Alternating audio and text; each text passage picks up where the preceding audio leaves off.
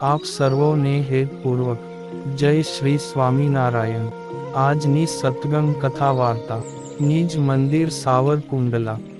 આજની સત્સંગ કથા વાર્તામાં આપણે પવિત્ર ચાતુર્માસ અંતર્ગત શ્રીમદ સત્સંગી જીવનની કથા સાંભળશું। પ્રકરણ 3 અધ્યાય 51। સુવ્રત મુનિ કહે છે કે રાજન વડતાલ નગરમાં શ્રી હરિના ભક્તજન નર નારીઓએ શ્રી હરિને અર્થે ફલાહારની સામગ્રી તૈયાર કરાવી। સ્વધર્મનિષ્ઠ ભક્તરાજ વિપ્ર ગંગાબાએ શુદ્ધ કરેલું સુરણ ઘી માંતળ્યું, ખારેકની ખીર, શિંગોડાની પૂરી, સફેદ પેંડા, સુંદર બરફી વગેરે ભક્ષ્ય વાનગીઓ તૈયાર કરાવી। તે ઉજ્જવળ પાત્રમાં ભરી તેમજ જોબન પગી વગેરે વ્રતપુર નિવાસી મુખ્ય ભક્તજનો પ્રત્યે કહેવા લાગ્યા કે શ્રી હરિને અહીં તેડી લાવો। ભોજન સામગ્રી તૈયાર થઈ ગઈ છે।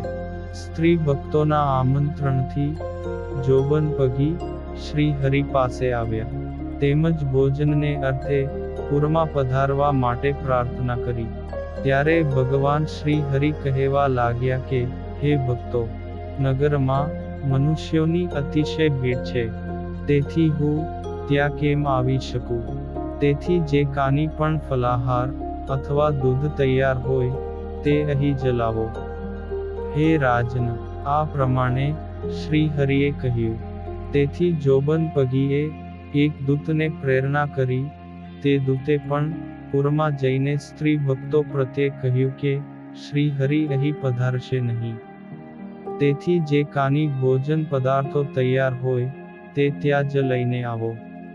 ત્યારબાદ શ્રી હરિના આદેશનું પાલન કરતી માની વગેરે સ્ત્રી ભક્તજનો દૂતનું વચન સાંભળીને ગંગાદેવી પ્રત્યે એ જ પ્રમાણે કહેવા લાગ્યા કે શ્રી હરિ અહીં આવશે નહીં, તેથી જે કાની ખાદ્ય પદાર્થો છે તેને પાત્રમાં ભરીને તમે જ તેને લઈ અમારી સાથે ચાલો, અને આપણે સર્વે શ્રી હરિની સમીપમાં જઈશું।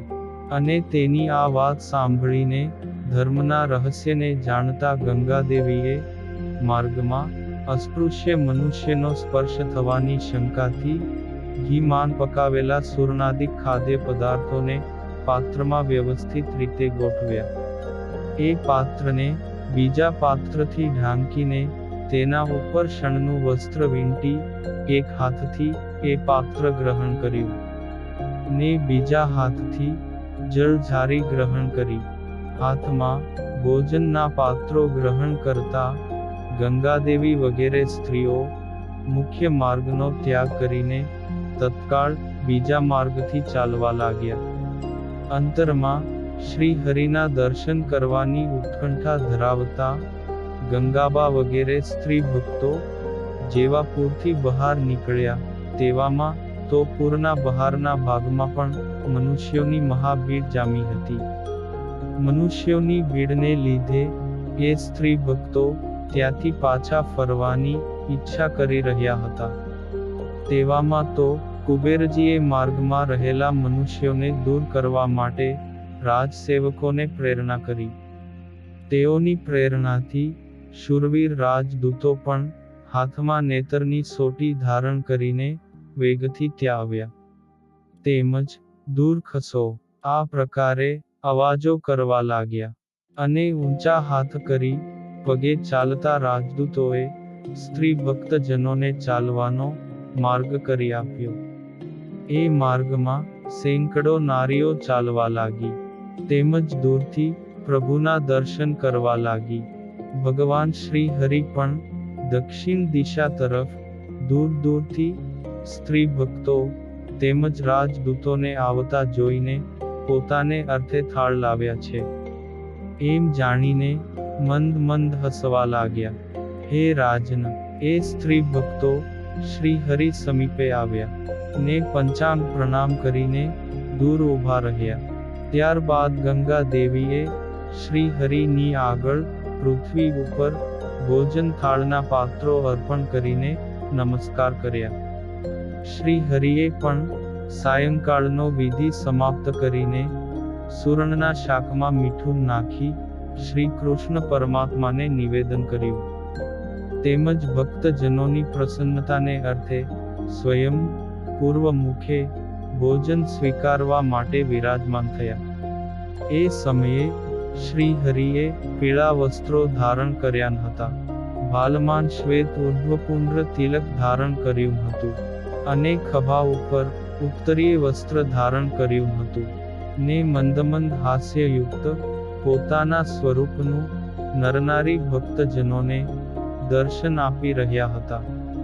સમગ્ર ભક્તજનોની ઉપર કૃપા દ્રષ્ટિ કરતા મહાગુણ સંપન્ન શ્રી હરિ પણ પોતાની આંગળીથી સુરણ વગેરે ભક્ષ્ય પદાર્થનો સ્પર્શ કરીને તે પદાર્થોના નામ પ્રથમથી જ પૂછીને ગ્રાસે જળપાન કરી ફલાહાર કરી રહ્યા હતા.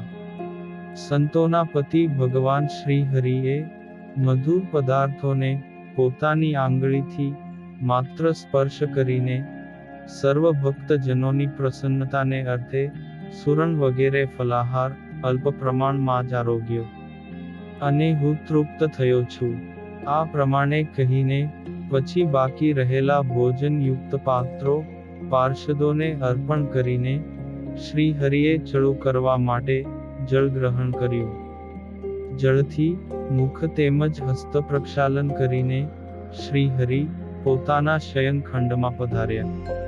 તે સમયે શ્રી હરિના દર્શન કરવા માટે પધારેલા ભક્તજનો પોતપોતાના સ્થાને ગયા અને શ્રી હરિ એક મુહૂર્ત પર્યંત શયન કરીને જાગૃત થયા ને તત્કાળ નાના ભક્તને કહેવા લાગ્યા કે અશ્વ તૈયાર કરીને અહીં લાવો. ત્યારે નાના ભક્ત પણ તત્કાળ અશ્વ લાવ્યા. સમગ્ર ભક્તજનોના ઈચ્છિત મનોરથ પૂર્ણ કરતા ભગવાન શ્રી હરિ જે સ્થળે ભક્તજનોના નિવાસ સ્થાન હતા તે સ્થળને જોવાની ઈચ્છાથી કેટલાક પાર્ષદોની સાથે અશ્વ પર આરૂઢ થયા. આ ભક્તજનો મારા દર્શન માટે દૂર દેશથી આવ્યા છે. તેથી કોઈ સ્થળે તેઓને કષ્ટ પ્રાપ્ત ન થાય તે માટે શ્રી હરિ તેમના સ્થાન પ્રત્યે પધાર્યા. ત્યારબાદ સર્વજનોના જુદા જુદા નિવાસ સ્થાનોમાં પધારીને શ્રી હરિ તેમના કુશળ સમાચાર પૂછવા લાગ્યા અને તેમને જે કાની વસ્તુ જોઈતી હતી તે અપાવી. હે રાજન, સર્વે ભક્તજનો વિસ્મય પામીને શ્રી હરિને નમસ્કાર કરી સ્તુતિ કરવા લાગ્યા. તેમજ શ્રી હરિ પણ પોતાના નિવાસ સ્થાને પધાર્યા. ભગવાન શ્રી હરિ વડતાલ દેશવાસી મનુષ્યોની નિષ્કપટ તેમજ સર્વોત્તમ ભક્તિની પોતાના સાનિધ્યમાં બિરાજતા મુકુંદાનંદ બ્રહ્મચારી વગેરેની આગળ વારંવાર પ્રશંસા કરવા લાગ્યા. તેમજ પોતાના નેત્રકમળની આગળના ભાગમાં પ્રતીક્ષા કરતી યોગ નિદ્રાનો શ્રી હરિએ અલ્પ સમય પર્યંત સ્વીકાર કર્યો. ઇતિ શ્રીમદ સત્સંગી જીવને નારાયણ ચરિત્રે ધર્મશાસ્ત્રે તૃતીય પ્રકરણે વડતાલ ધામમાં પુષ્પોદોલોત્સવ પ્રસંગે ભગવાન શ્રી હરિની ફલાહાર લીલાનું વર્ણન કર્યું ને નામે 51મો અધ્યાય સંપૂર્ણ.